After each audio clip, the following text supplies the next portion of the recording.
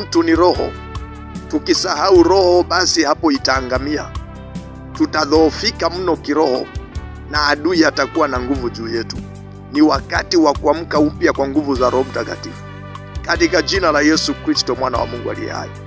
Usipambane na mambo ya kimaisha ya mwili mpaka ukasahau mambo ya kiroho, mpaka ukasahau kusoma Biblia, mpaka ukasahau huduma, mpaka ukasahau maombi.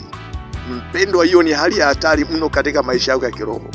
Wakati umeanza kulemewa mpaka unashindwa kuomba, wakati unalemewa mpaka unashindwa sasa kusoma Biblia, hiyo ni dalili ya hatari mno, na hiyo ni ishara nzuri ya kwamba sasa adui anakuweza, ya kwamba shetani atakuweza nguvu na atakumaliza.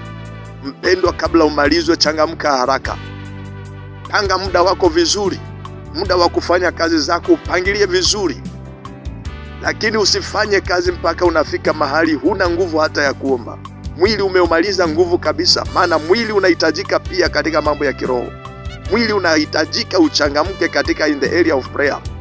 Mwili unahitajika mno uwe na nguvu. Kwa hivyo upangilie jinsi ambavyo utaufanyisha kazi, lakini usiumalize nguvu kabisa mpaka mambo ya kiroho yakawa hayana nafasi katika maisha yako. Mpendwa, nimekuja kukuchallenge kwa jina la Yesu. Najua